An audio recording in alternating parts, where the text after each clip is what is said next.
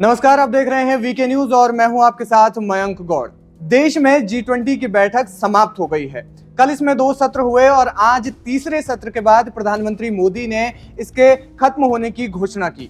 दुनिया भर की महाशक्तियों के राष्ट्राध्यक्ष इसमें विश्व के कई संवेदनशील मुद्दों को लेकर चर्चा करते दिखे।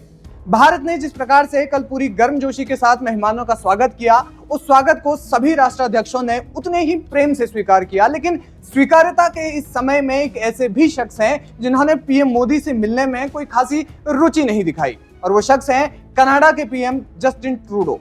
जस्टिन ट्रूडो ने पीएम मोदी के प्रति थोड़ा सा उखड़ा सा रवैया अपनाया।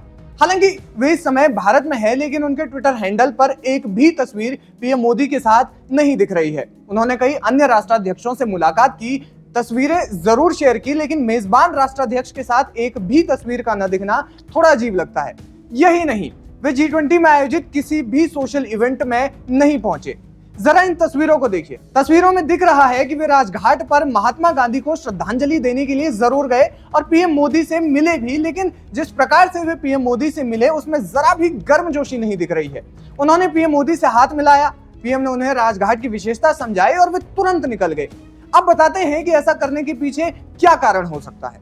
दरअसल खालिस्तानी आतंकी कनाडा में खासे सक्रिय हैं और सक्रिय रूप से अपनी भारत विरोधी योजनाएं भी बनाते रहते हैं। जस्टिन ट्रूडो पर आरोप लगते हैं कि वे खालिस्तानियों का समर्थन करते हैं।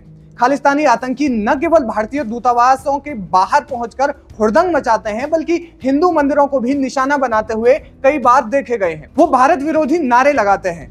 वहीं जब भारत कनाडा के सामने इस मुद्दे को उठाता है तो ट्रूडो ने कई बार भारत को ही गलत ठहराया है। मीडिया रिपोर्ट्स का कहना है कि कनाडा में रहने वाले भारतीय मूल के लोग खालिस्तानी हुड़दंगियों से परेशान हैं। कनाडा सरकार इसके लिए अतीत में कोई खासे कदम उठाती नहीं दिखी है। यही कारण है कि भारत और कनाडा के रिश्तों में खालिस्तान के मुद्दे पर हमेशा तनाव की स्थिति बनी रही है। हाल के कुछ महीनों में भारत ने कहा था कि कनाडा सरकार खालिस्तान और उसके बढ़ते चरमपंथ पर नरम रुख अपना रही है, लेकिन ट्रूडो ने इस मामले में भारत के आरोपों को गलत ठहराया था। उन्होंने कहा था कि कनाडा में अलग अलग विचारधारा के लोग रहते हैं और हर किसी को अपनी बात रखने का हक है।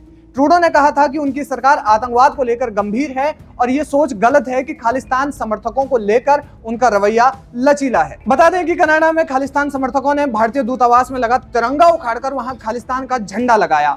सरकार ने कुछ नहीं किया। इंदिरा गांधी हत्याकांड की झांकी निकाली गई, तब भी ट्रूडो सरकार चुप रही।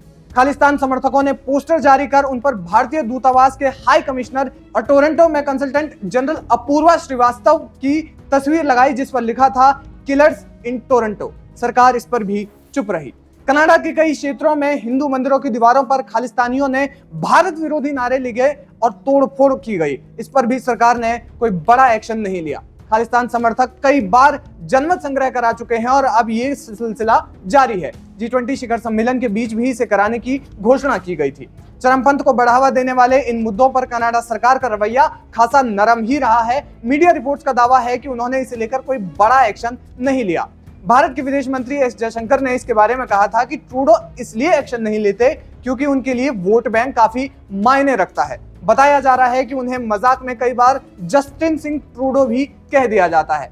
भारत के साथ उनकी इस तनाव की स्थिति सालों से चलती आ रही है। साल 2018 में जब वे भारत दौरे पर आए तो वे आगरा गए थे, तो यूपी के सीएम योगी आदित्यनाथ उनके स्वागत के लिए नहीं थे। इसके अलावा जब वे गुजरात गए थे तो पीएम मोदी भी उनके साथ नहीं थे और वे अकेले ही अहमदाबाद घूमे। इस 7 दिवसीय दौरे के 6ठे दिन वे पीएम मोदी से मिले। भारत यात्रा में कोई सम्मान न मिलने पर ट्रूडो ने कनाडा जाकर इसका मजाक भी उड़ाया था। उन्होंने कार्यक्रम में स्लाइड शो के जरिए अपनी भारत यात्रा, उसकी नाकामियों और मीडिया के नजरिए पर बात करते हुए तंज भरे लहजे में कहा था, मैं कभी भारत गया ही नहीं, उस यात्रा को कोई याद नहीं रखा जाता। रिपोर्ट्स कहती है कि खालिस्तानी समर्थकों के प्रति उनके इस प्रेम के कारण ही भारत और कनाडा के बीच में तनाव की स्थिति है, क्योंकि एक समय में भारत ने खालिस्तानी आतंकियों को जड़ से उखाड़ दिया था। इस खबर पर क्या है आपकी राय, हमें कमेंट बॉक्स में जरूर बताएं। वीके न्यूज, राष्ट्र के नाम।